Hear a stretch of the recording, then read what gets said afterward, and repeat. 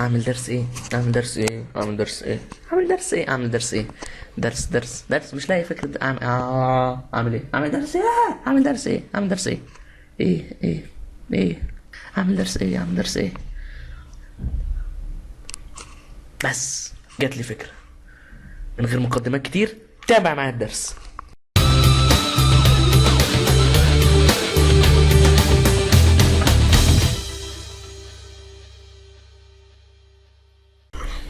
والسلام عليكم ورحمه الله وبركاته. اهلا بيكم النهارده في درس جديد على قناه يوسف فوتوشوب توتوريالز. في درس النهارده ان شاء الله هنشوف ازاي نعمل، او لا مش هنشوف ازاي نعمل بقى، هنشوف ازاي هنبدا في التايبوجرافي وازاي تخش في يعني تخش في عالم التايبوجرافي. تمام. عالم التايبوجرافي اللي انت لو اللي داخل يعني عايز يعرف ايه هو اصلا التايبوجرافي في الاول. التايبوجرافي هو عندك كلمة بسيطة مكتوبة بأي خط طبيعي، زي مثلا زي ما انت شايف هنا كلمة قنوات مفيدة جدا اللي مكتوبة هنا دي، شكلها ممل جدا. ده اسمه خط، ده خط قديم.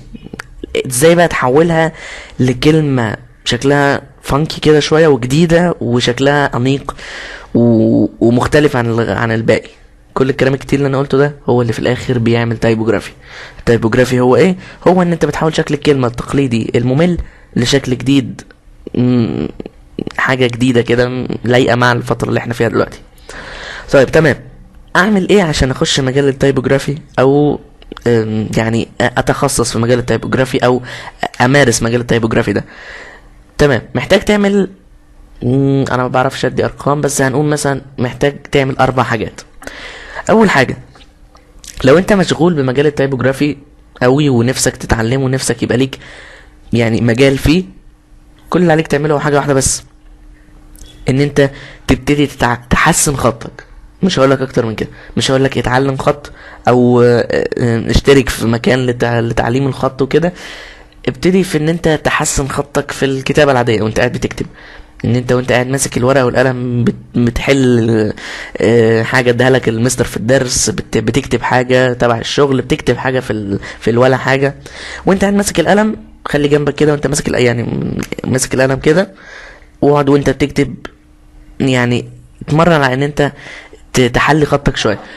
ازاي تحسن خطك؟ في فيديوهات كتير قوي لتعليم الخط على على اليوتيوب. تاني حاجه مع تحسين الخط ده، يا ريت دي تبقى حاجه يعني بلس تب، حاجه زياده، وان انت تعرف ان انت تتعلم الخط بجد. تعليمك للخط هو يعني ان انت عشان انت تحول كلمة من الشكل الممل لشكل جديد، لازم الاول تعرف ازاي تكتب بالطريقة المملة عشان تعرف تغيرها. اللي بيعرف يستخدم الحاجة هو اللي بيبقى عارف عنها كل حاجة. فانت تبقى عارف كل حاجة عن الخط ده، ازاي بيتكتب وازاي بيتكتب بيه، تعرف بعد كده ازاي تحوله. فانا مثلا لما ابقى بعرف اكتب رقعة، وقدامك دلوقتي زي دلوقتي حالا قدامك دلوقتي كلمة مكتوبة بالرقعة، كلمة الرقعة نفسها مكتوبة بالشكل اللي قدامك، اللي انت باين قدامك على الشاشة دلوقتي ده، مكتوبة قدامك بالشكل العادي، الخط الرقعة الجميل البسيط. بس انا عايز احولها اكتر.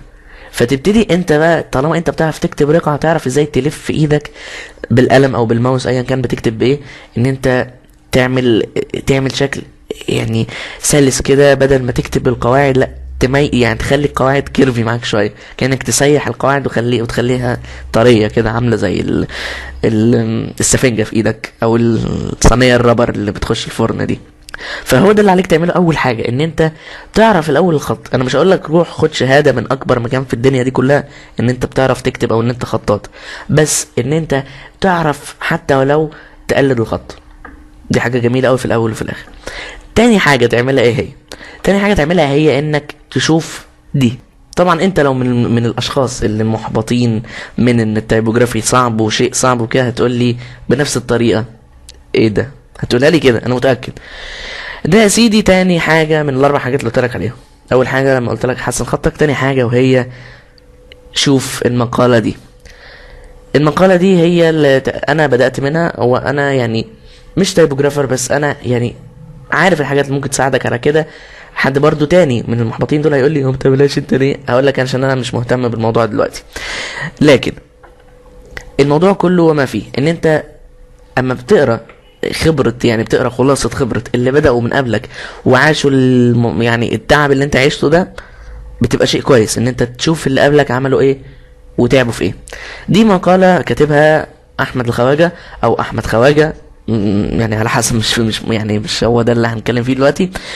وهي عن how can I do typography او ازاي تكتب تايبوجرافي. المقالة دي بجد حاجة كنز، تعتبر كنز بجد.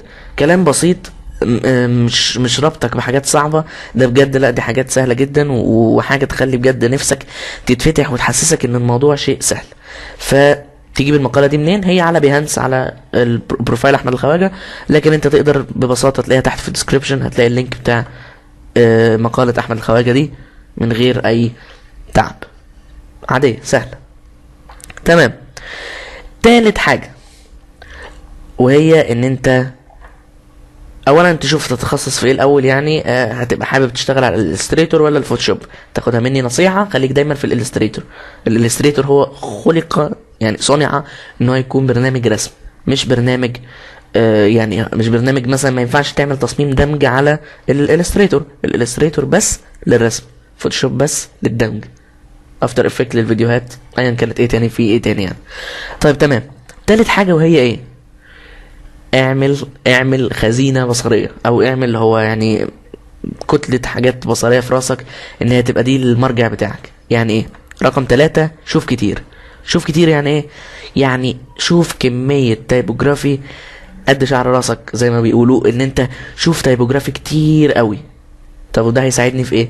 هيساعدك ببساطة ان انت، يعني بكل بساطة ان انت تبقى اول ما تيجي تقول عايز اعمل تايبوجرافي، هتلاقي كأن زي شريط السينما كده، كأنه بيجري في راسك، هتبقى شايف كل الحاجات دي قصادك. هتلاقي نفسك افتكرت كل التايبوجرافي اللي انت شفته في حياتك، وهتجيلك منه فكرة. ما بقولكش لما تعمل حاجة خاصة بيك قلد، لكن اما تبقى بتشوف افكار كتير بتقدر تاخد كأن من هنا فكرة ومن هنا فكرة ومن هنا فكرة، تعمل انت في الاخر كأن خلطتهم مع بعض، عملت فكرة 5 خالص. وهو دي اللي هي الخطة الرابعة. طب فين اقدر اشوف حاجات زي دي؟ ببساطة في نفس بروفايل نفس الشخص، هو تقدر على بروفايل احمد الخواجة تخش تشوف الشغل بتاعه على بيهانس. ما اعتقدش هلاقي لك يعني حد من الشباب شغله يعني حلو، مع احترامي للباقيين طبعا، معلش لو حد سامعني معلش، بس يعني مع احترامي للباقيين طبعا. بس انت لو دخلت على بروفايل احمد الخواجة هتلاقي شغل كتير قوي. ده غير انه على الانستجرام في كتير.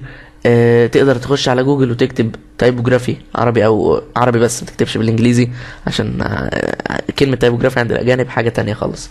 فانت كل اللي عليك تعمل ان انت تشوف في بيهانس، او ان انت تشوف على جوجل تكتب تايبوجرافي بالعربي، هتلاقي حاجات كتير ان شاء الله، او على اليوتيوب عشان هتلاقي دروس. تمام. رابع حاجة ايه هي؟ رابع حاجة هي قلد. قلد ما تستغربش، بس تقلد ازاي؟ ما التقليد ده شيء مش ابداعي خالص. تمام. انت واحد لسه مبتدئ، هتجيب منين الابداع وانت لسه بتبتدي، لسه بتشق طريقك؟ هتبدع وانت لسه بتشقه؟ ما ينفعش. فاما بنقلد في الاول، التقليد بيبقى عامل زي ان انت تشوف كتير كده، فان انت لازم تقلد عشان بعد كده تبقى عندك نفس الخزينة البصرية. طب ما خلاص، طب ما انا اشوف بس تايبوجرافي ومش لازم اقلد واتعب نفسي. غلط.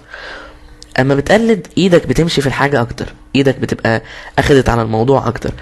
انا عن نفسي لما بشتري اي حاجة جديدة من اللي بيتمسكوا في الايد، اذا كان مثلا ماوس، دراع جديد، قلم جديد حتى، بتبقى اول ماسكه ليا فيه بتبقى حاجه صعبه، حاجه متعبه ان انت تفضل ماسكه. لكن لما بتفضل ماسكه كتير وبعد كده تيجي بكره تمسك الحاجه هي وتكتب بيها او تستعملها تاني، بتلاقي بعد كده ايدك بقت بتستخدمها بسرعه ومن غير ما تفكر. فانت على بال ما تتعلم وتقفل تعليمك خالص في التايبوجرافي، وان انت اللي هو ايه، كلام راح من بالي، ان انت لما تيجي خلاص عايز تعمل مشروعك الشخصي من غير تقليد، هتلاقي نفسك ايدك بقت سهلة اوي في الموضوع. مش هتبقى اول مرة تمسك فيها الماوس في الموضوع هو اول حاجة انت هتعملها، اذا كان شغل واخد عليه فلوس، او حاجة صفحة، حاجة الموقع، حاجة القناة على اليوتيوب او كده. وبس كده. كانت هي دي خلاصة الكلام النهاردة على الموضوع ده. الموضوع ده ينفع ترتبه وتعمله كله على كل مجالات التصميم، بس انا حبيت ان يكون التايبوجرافي ليه مكان في القناة هنا. ببساطة كل اللي عليك تعمله هو ان انت زي ما قلت لك تحسن من خطك، تبتدي تشوف اعمال ناس كتير، تبتدي تقلد اعمال ناس كتير، بس طبعا ما تنزلهاش تقول انها من تصميمك، هيبقى شكلك وحش بصراحه. فان انت تقلد تصاميم ناس كتير وتقرا المقاله اللي انا هسيبها لك في الديسكربشن تحت، او كان هيدو تايبوجرافي او ازاي تكتب تايبوجرافي من احمد الخواجه، حاجه بجد هتفيدك جدا بصراحه. وكان هو ده كل كلامي في الموضوع. كان معكم يوسف محمد من قناه يوسف فوتوشوب توتوريالز. لو انت واحد اول مره يجي القناه سبحان الله دلوقتي حالا في الساعه واحنا قاعدين كده، يدوس سبسكرايب دلوقتي حالا، وكمان يا ريت يا ريت يا ريت يدوس لايك للفيديو، عشان هتبسط بصراحه لو هو عمل كده. يعني مش تبقى انت اتبسطت بالتايبوجرافي وانا ما اتبسطتش، يعني ما يصحش. السلام عليكم.